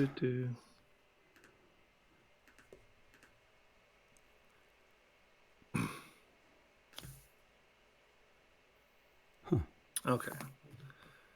Sure. Let me. How did I send you this? I just sent you a link. Great. I don't know if that helps you at all. Yes, it does. I will load Beautiful. that one, and then I will join JT's game. And do you see the? I don't see the game. Oh, he hasn't made No, it yet. I switch it up. Ulstru. All right, Thinking of so what to play. you sent me Voltaeus of Ostcombe Alleyway, which I will drop in the Twitch chat for people. Yeah. Cool. Some of my Kagi opponent. We'll do this one. There's another one I like for adaptive too, but Amber Skies is fresh on the brain a little bit. Yeah. We're watching it played a lot. Ooh, Amber Skies? I can pick an Amber Skies deck. Okay. Not to sway you one way or another. You know. Alright. Game's gonna be sloppy. Show hands to spectators. Yes. And I will play Sloppy Lab Worker of the Lake House. Oh, nice. Wow. Although you've seen that a couple times, Quick Draw. Should I pick something different? Although, no, Andrew, you're doing the bidding, so I'll worry a little bit less. Also, I don't know Voltaeus, so... I didn't make this a bit adaptive best of one. Holy moly. All right. Oh, no. Oh, no. We'll bid in the chat. True to the brand. We'll bid in the chat. It'll be great. Bid in the chat? Okay. Actually, that doesn't work so well. We have to switch decks, potentially. Yeah. All right. We had a lot of fun. We'll do it again. Yeah. New game. Oh, all right. Okay. Third time's a charm. Is it, though? It's like, I thought everything comes in threes. We're on like our 5th or 6th attempt of the night now for just existing. So Show hands, yeah, adaptive Vesta 1, sloppy password, got all the things, I think. We don't know if third time's the charm, but third key's the game. Ooh. okay. Okay. Whew, we got there, folks. At least for the starting blocks. So, Dead Sync, you will just kind of take a look at the list, and I cannot give you any hints or help, but you'll be just telling me what to bid, and I, as your hand, I will do whatever bid you tell me to do. Okay, and I get to, and I'm okay. So I see at the bottom here, I see the deck list, and that's what I'm looking at. Yeah, and so obviously, on our system, hands are open, but don't look at JT's hand, don't look at the stream, those kind of things. But when you've decided on which house you want, or sorry, which deck you want to choose from for the Adaptive Vesta one, let us know. JT, do you have a deck picked out yet? I've already locked in my choice, so feel free to talk out loud. Yeah. Okay. Well, I can't talk, so this is going to be all on Dead Sync. So whenever you make your choice, let me know, and I'll make the choice for you. I can talk though. I can talk and say things Sure and you can. embarrass Yeah, myself, talk right? it out. Mm-hmm. Yeah. I mean, jeez. Wow. What's there to say? I don't know. The animators is just funny. Maybe we were just talking about that. That's see, that might just tempt me just on that alone. It's part of the inspiration. Against all flags, you got, some key cost things, which is going to make me actually have to think, which is unfortunate. But that's okay. A lot of mosquitoes. Don't know how I feel about that.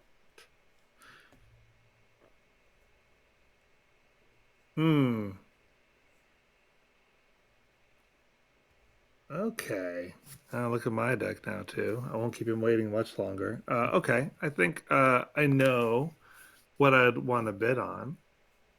Okay. Do I say it out loud or do I? Yeah, JT, you've made your choice, right? Made my choice. Yep. So you can say it out loud. I'm gonna say Voltaeus. Okay. Ooh. And we have both selected Voltaeus. Interesting. I thought JT was going to pick Sloppy Lab Worker. I have a love for the de-animators as well, but I had a premonition, and I didn't want us to go home without some bidding. So, we got our dancing shoes. All right, I'll throw one chain, bargain one chain. It's not. All right. So the bid is yours, Dead Sync. Just let me know when. 2. Want to go to 2? Okay. I'm gonna say 3. Three's a good number. Everything comes in threes. We were kind of just saying that. 3. Do I want to go to 4? I feel pretty confident that I would like to go to 4. That was a soft commit. Quick draw. You were quick on the click there, buddy. Well, how do you think I got my name? All right, I'm gonna pass. You can have it for 4, and you get to go first. How about that? All right. I like going first. All right, so you should be able to see my hand, Dead Sync, right? Yeah, if I click and expand a thingy and oh god, I don't know where I'm going to put it, but that's okay. Yes, I can. All I right. can see your Um, hand. so we've shed a chain. We go first, so you have the choice of mulligan here as well. So you let me know if you want me to keep this Gotcha. hand or if you want me to mulligan. Um.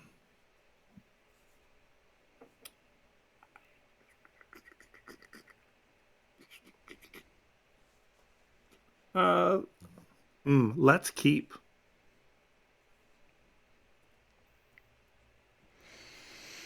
I'll keep as well. Excellent. Okay. All right. House choice now is yours, Dead Sync. Logos, please. All right. We'll go logos. And we will start with a Skippy the Glorious. Archive the Okay. top card of my deck. Good start. Good start. And end the turn. I'll go logos here as well. Say farewell to this effervescent principle.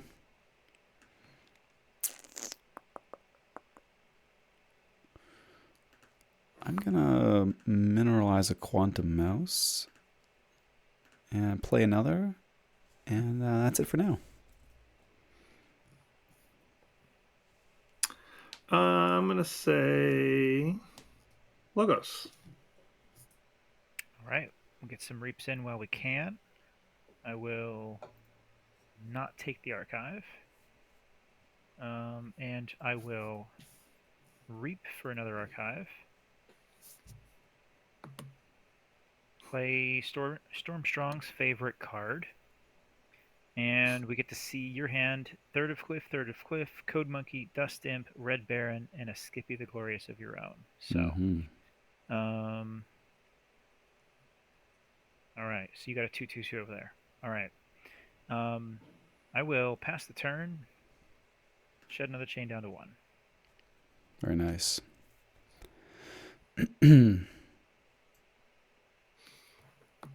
All right, thinking. Logos for me. We're gonna reap with the mouse. We're gonna fight off the pause.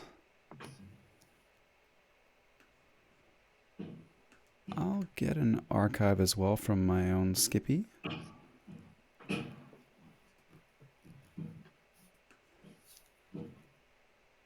Play that Code Monkey. Get a couple. And reap with the mouse. That's not a creature any longer for the moment. Or not an artifact any longer for the moment. Interesting stuff. I think let's go Mars. Okay. All right, let's see the shenanigans. Will not take the archive. Not a lot of shenanigans. I will Donor Vox to kill that mineralized quantum mouse. Sag. Play a Yandolinx. And hold there. And pass.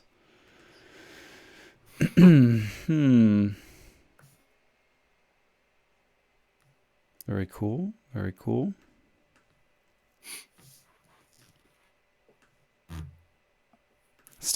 I still like logos here. Getting a reap with that Skippy. Archives a card. Very nice. I'm gonna go to check. I feel like I should not let you keep archiving, but we're doing it. I could mineralize that Skippy. But we're just gonna mineralize that Yandelix instead.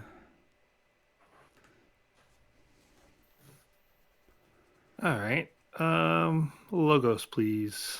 Okay. Just want to make sure, DeadSync, you can see my archives as well, right? I can, yeah. Okay. That's yeah, yeah, yeah. Just wanted to make sure. What And I just lost us an amber for no reason. I was like, that was a chance. Okay, all right. Well, Got excited about the archive. That's all. yeah, it's fair. Interesting. This was Quick Draw saying, "Hey, like maybe we ought to call that archive house." I I don't know. know, I know. I just, he said that he doesn't use TCO as much. I just wanted to I'm make trying. sure. No, this is just me being terrible. But that's that's okay. We tried a thing and Yeah, yeah. may not happen. We tried a thing and the hand screwed it up. No, no, no, no. It was Ooh, that's yummy. just because I don't even. Yeah, it's archive is a bit of a place too.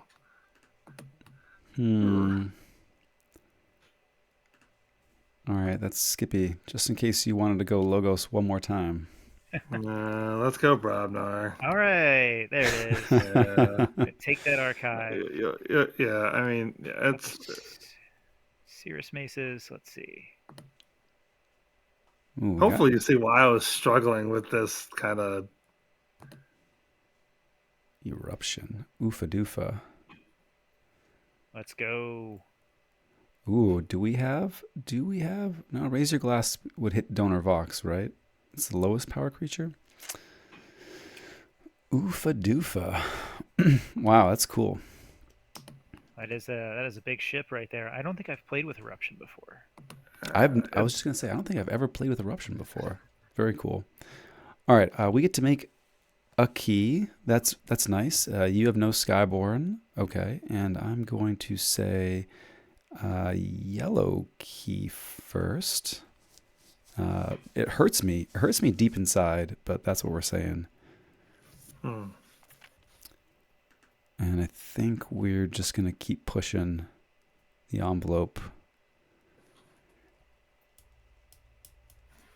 Can you kill my deanimator in... Or should I just be greedy? I'm just going to be greedy. I'm a greedy person. You're a greedy man. I'm a greedy man. I can't resist this right now. We'll play the Dust Imp.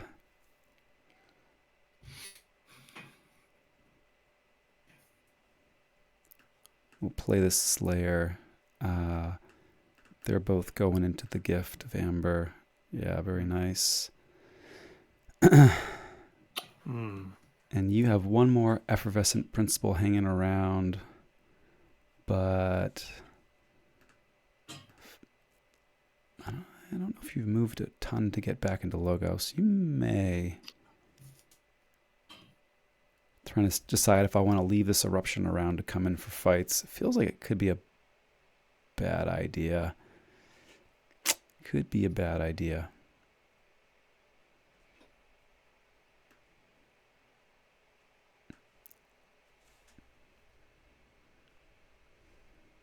Some Watney's calculations that we haven't seen yet either. Could be seeing a Mars turn coming up. I feel like we haven't gone Mars in a little while.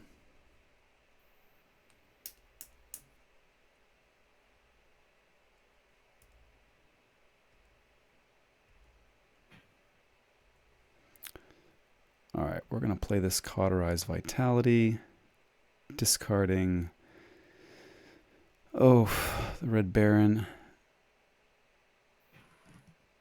and we'll hit your Donor Vox, and then Delta P to take care of the Eruption. And I think that's all your creature control. I have a little more. Deanimator, best creature control. Although they may be getting maced. We'll see. Yikes! What is one to do here? Had all different plans. What would a good smart Keyforge player do? It's been 112 episodes, and we are not sure. It's the funny thing about this deck is it just gets into like what I consider to be very awkward situations. Um, yeah, having both of my guys gone is very sad. Um,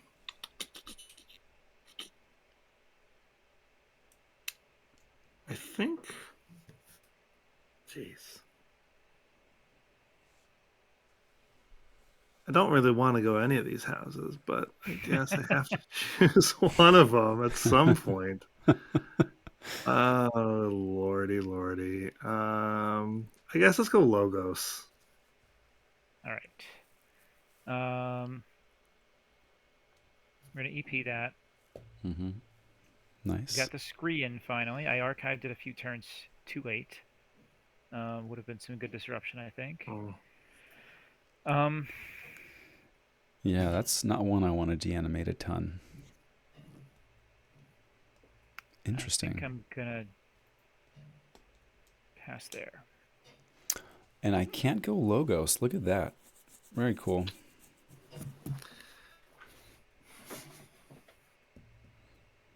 That's good.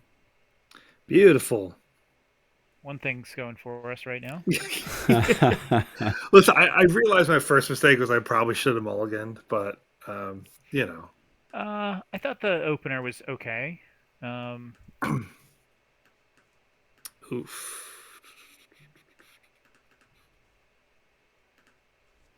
Yeah. That stinks. Yeah, that Viscount's good.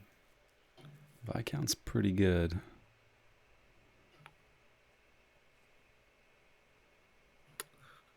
That's unfortunate.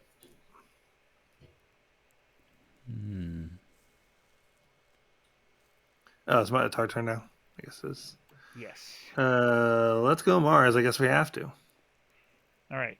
We'll go Mars.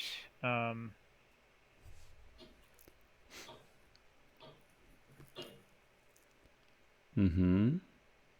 No Watneys. Wow. Nope. No Watneys. Dang. It'd be great if these creatures weren't stunned. It would be really nice if they weren't stunned, yeah. We're going to capture on Dr. X. We'll put 1 damage on the animator. Mm-hmm. And I think I'm going to leave my artifact there.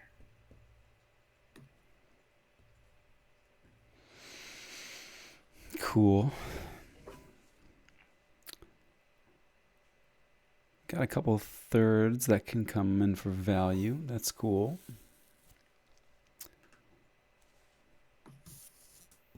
I think we're going to move the rest of this Logos, though.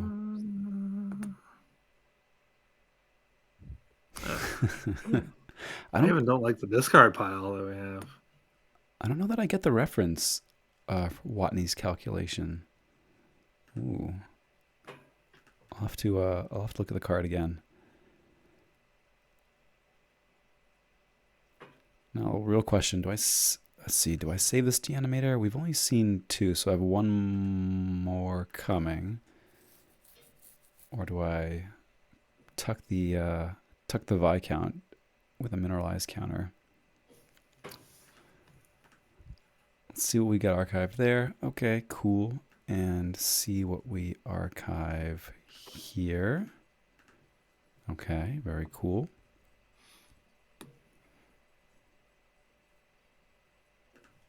I think Viscount Eris becomes an artifact. Very nice. Placeholder is going to move number 612 there for the first batch of damage, and then smash Dr. X. And then we'll hit the Mr. Clever there and smash the encapsulator. I think we're just reaping. Wow. Oh, yeah, I mean. Yeah. All right. Well, Robnar. Okay.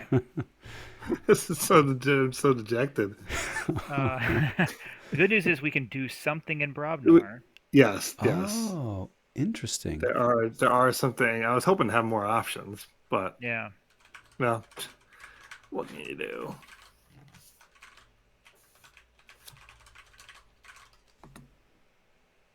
Let's beef up that mouse. Yep. Strong mouse.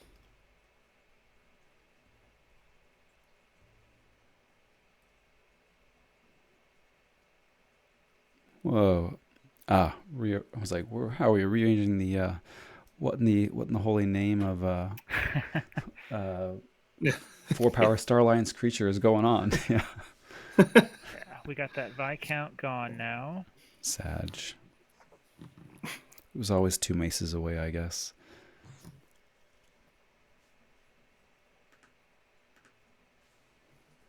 Cool. Gonna reach there.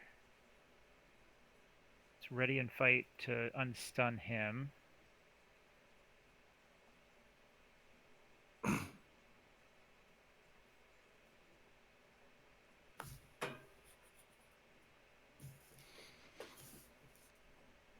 Mm-hmm. All right, got a little bit of a board. Something. All right, we'll make the red key for some possible third or cliff value.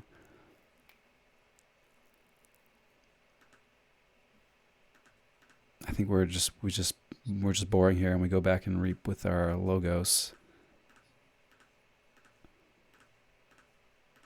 and then we play and mineralize the deanimator.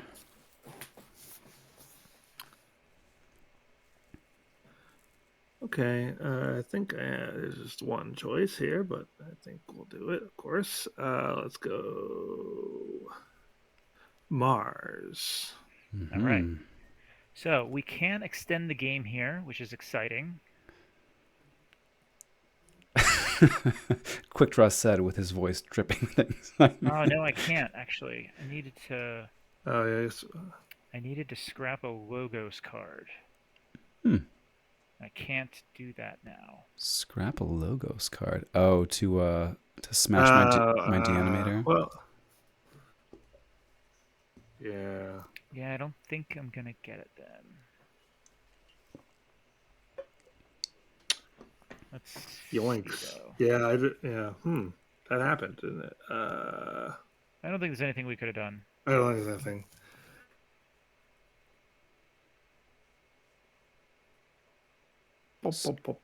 Ooh. Oh, wow. Big old splash damage coming in. Yeah. Yeah. Number 612. I've heard from folks who did not want to be outed that they really enjoy number 612 in the art. Oh, hold on. I guess it's kind of past the point now. I can't say anything, I guess, but No, it it's doesn't matter. okay. What were you gonna say? But was the Xylo ready or no? No. Oh, what was I thinking? Um, yeah, no, I just played that just this turn. Oh, Yeah, so what I needed to do was reap with the Yandoinks right. to discard the Skippy the Glorious to use Mm. your deanimator. Mm-hmm. Right. But I had no way to scrap it and get back the Yandoinks. I could have extended the game by a turn. I could have reaped with the Yandoinks, but I was not able to. So that will do it. GG. Okay. GG. Sorry, Quick Draw, I couldn't get us to forge a key. But I think that happens. I think we both misjudged the matchup. I don't know. I would have bid on Sloppy Lab Worker. Really interesting. I would have. Yeah. Yeah. I was surprised you both picked Voltaeus. I mean, we could have had a case of double blindness here. How high would you have gone bidding on Sloppy Lab Worker? Sorry, yeah. I don't know, not much. 4 to 6 probably, but I definitely thought that with all the deanimator shenanigans and the low amount of creature control over here, that it was probably in a good place. Interesting. Well, what were you thinking? What were you thinking, Andrew? No, I mean it's so funny. It's just with Voltaeus. I mean, there can potentially get. There's a lot of ways it could potentially kind of stop a lot of things, like the DDoS and plenty of good targets for the DDoS, and Yep. there's with the what's that the Mars guy that here he is Ironics of the Clever with with potentially a Xylo or something ready to go. You can very quickly kind of just steal Amber that way. Um, which is probably makes it not a great adaptive deck because it requires a little bit of like luck as opposed to like specific card knowledge. But there are some things you can do, um, with just if you get the right kind of series of cards that you can do some fun stuff with. But wasn't uh wasn't in the cards today. I was with you. I don't know. I liked a lot of what the Mars was doing. I thought there was a lot of potential for it to lock out a game, and the logos too. The skippies are really interesting here. Kind of like what you were angling towards at the end. You can turn off. You can smash a mineralized deanimator, and then get in with your other tools to take care of a board. It's funky. DDoS could have been really problematic as well. Yeah, I don't know. It would be interesting to like play it out a couple times, and get a feel for some of the different ways that it can run. But yeah, So if I count was a turn later, I feel like just having those Mars creatures not stunned could have had a big, Yep. good old Viscount just swings in when you least expect them. He's so good. Yeah, he's definitely a It's like, witch, and didn't have a way to kill him right away, which was unfortunate. But the Cirrus Maces do provide a bit of creature control, which is nice. I do. Yep. Yeah. hmm And actually, it was funny. There was a turn where before I think it was just the eruption and some other little Mars boy, where if you were gonna not get rid of anything, you could use those maces to just knock off the Mars guy, and now eruption is the weakest creature, and we had Razor Glass at that yep, point, and a lot of ways you can kind of. It's funny with eruption. It's like I often don't wind up playing it with this deck unless I have a way to very quickly use it right away to kind of minimize, Mm, mitigate that risk. sure, Um, which because I think there's two Razor Glasses in this deck, so there's kind yeah, of yeah, potentially if it's by itself, you can very quickly and if you have incense, well then all right, you're going to the bank. But you're I didn't cooking. think that JT had enough creature control to get rid of it right away, but you had the Delta P, um, and the neither did Gift of I. Amber too, actually. But use the Gift of Amber on your own, right? Yeah, my own creature control felt like it came at the right moments. I was a little bit hesitant to use the Delta P there. It felt greedy. It felt greedy to kind of burn it. I could have for sure used just the Gift of Amber to take care of the. Oh gosh, uh, Eruption. the eruption. Thank you. Greed won out. Green won the day. Greed won the day in my internal debates. I What think it was could I the right say? play. I think it was the right play for you to kill it right there. 'Cause I mean, Yeah, that thing's versatile, Yeah, it had to and it go. takes It out. had to go one way or Yeah, it another. definitely had to Yeah, go. Yeah. yeah, yeah. yeah. Well, especially Um, because it was loaded up with all the fun goodies that make it, Hmm. but I feel a bit better when it has some armor on it. I feel a bit better when it has, being able to take out multiple targets. So, yeah. I can't but you remember if got you rid had. of it, I can't remember if you rightfully had any so. maces at that point or not. I was I debating. did. Yeah, there were two maces. You had both So at if that you point. left it, yeah, if you left it, like if say you mineralized the eruption, you Yeah, could have gone to Brobnar and killed the deanimator to bring it back. Yeah. gotcha. Cool. Well, all right, all right, all right. Uh, well, I don't know. I still like where we were bidding at. Dead Sink. It's funny too. I felt like even though constantly being behind, I always felt like I feel like this is like a gambling mentality. I'm not a big gambler at all, but it's like I always felt like we're gonna get the hand and the thing's gonna happen. It's gonna There's come. just Yeah. it's gonna come. Yeah, and the opening hand was like kind of like it was funny because we archived. It's funny. A quick draw. You were kind of when you were like, oh, you have that archive. I was like, oh, but do I really want, you know, an eruption without really kind of any sort of guarantee we can kind of do something with it or at least Mm. protect it because Yeah. maybe I'm just personally burned by it. I've been burned by it. I had this as embarrassing for me, but I'll share it in the spirit of good intentions at KFC for Amber Sky Sealed. which I went 0-2 in, let the world know. I had a double eruption deck, and I was like, I feel like I could do something funny with this, because I Yeah. had a couple like glacier glasses or something like that. Or I had a way where I was like, I had some things that I could potentially do, and it was the worst decision ever because every turn I play it, boom, just instantly gone. And so I have very like oftentimes is a discard for me now, unless I have some sort of insurance on it, whether it's being able to use it once, maybe, or just kind of protect it a little bit. I think there was some bad luck for you here because I've never played with Eruption before, so there was no way I was going to discard it. There you go. So that's why we were feeling so differently about it being in archives because I'm like, is this really good? I was just trying to wait for that like explains it, I think. yeah, I that's was okay. excited But to play it. that, It was also interesting. The opening hand, I had the Skippy and I had an Ezra pause, and you called Logos. And I thought about playing the Ezra, but if I played the Ezra, I would have drawn a 6th card, and I would not have shed a chain because I would have stayed at 6. yeah. So I went with Skippy instead.